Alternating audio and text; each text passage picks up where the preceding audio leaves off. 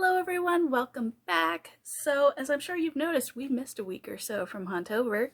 Hauntober started late with Accidental Alien, also known as Alien Commanders Chosen, and then we missed a week. Well, the series I was intending to do for the second week of Hauntober, I couldn't stretch it out to make 3 or 4 episodes of the reviews. So instead of that, I really didn't have anything else lined up. I should have had a backup and I didn't, and that's on me. So what I am going to do is I'm going to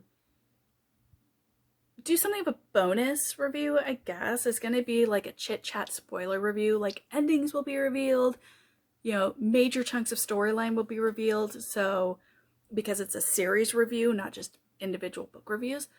So keep that in mind, and if that's something that bugs you, then don't watch it. But if you don't mind it, then by all means, it's going to be super fun.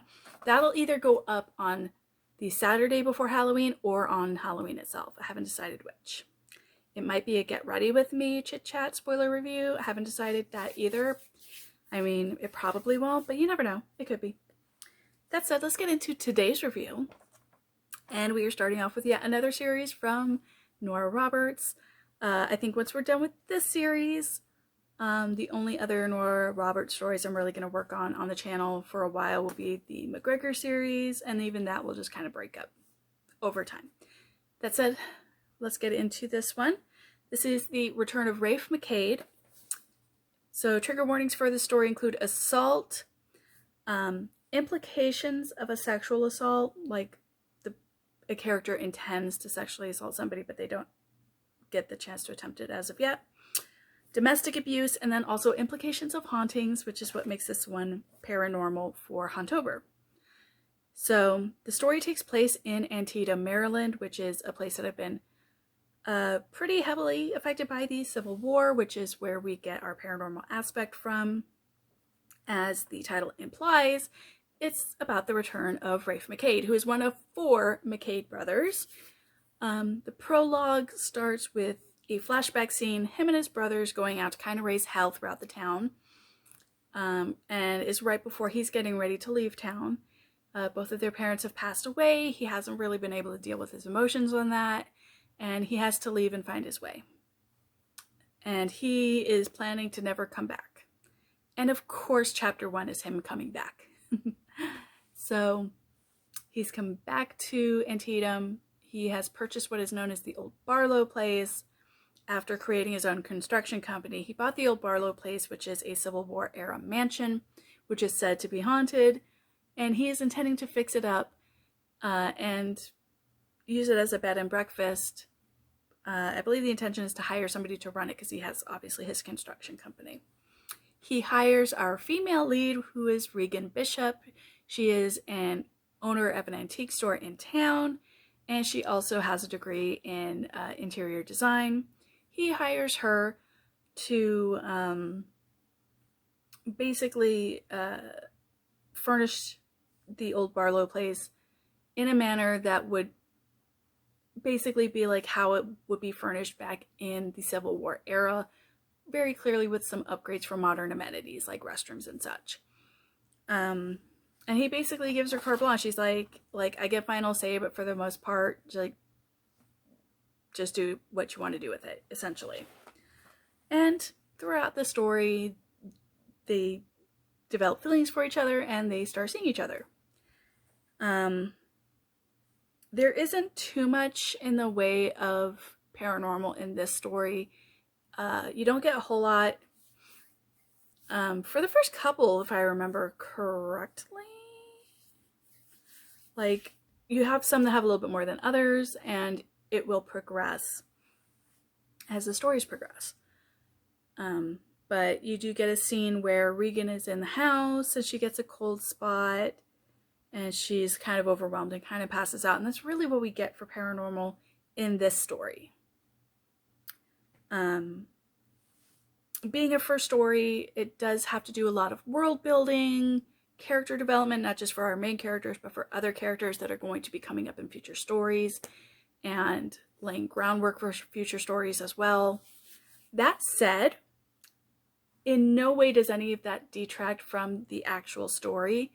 That's something that's been a problem with me with Nora Roberts in a previous series. It and is I'm thinking it's a one-off with that series because the last series I did from her, it wasn't a problem either. So, as an example, we have a character who is a friend of Regan's, and Rafe had grown up knowing in the town by the name of Cassie Dolan. She is married to a very abusive a-hole, and she does eventually leave her husband in this story, and Regan invites her and the kids to come stay with her.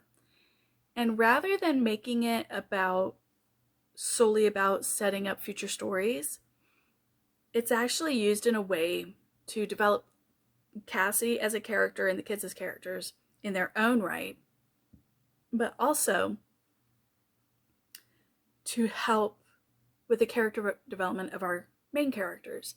So Rafe sees Regan as more than just a cool, calm, collected businesswoman that he happens to have the hots for. He gets to see her in her little moments with Cassie and the kids, and her compassion and her warmth towards them, and he develops an appreciation for that. And Regan gets to see Rafe as more than just a cocky, arrogant, gruff construction guy. She gets to see him being soft and gentle with the kids and patient, and help to build up the older child Connor's self-esteem through a common interest that the two of them have.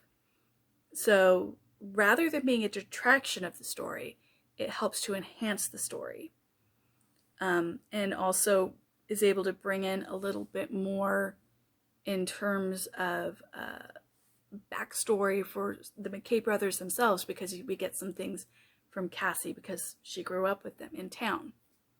So, being that it is something of a paranormal story, but you don't get a whole lot of paranormal in it, but it is setting up for future paranormal and future stories and stuff, I thought it was a very well done story. It's not going to be anything earth-shattering. It's not going to be super dark. It's not going to be anything like from Tilly Cole or Ammo Jones. And it's not going to be simple bubblegum fluff either, like we do get from some Silhouette Stories, which was the publisher for the Mackade brothers, was Silhouette. So all in all, it's a pretty good story.